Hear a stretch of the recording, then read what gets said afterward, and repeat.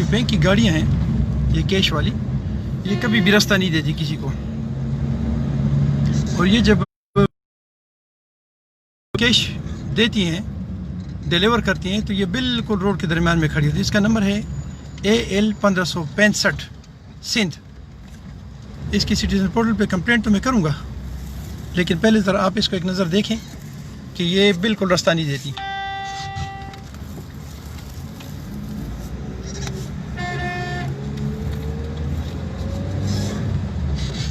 देखें आप।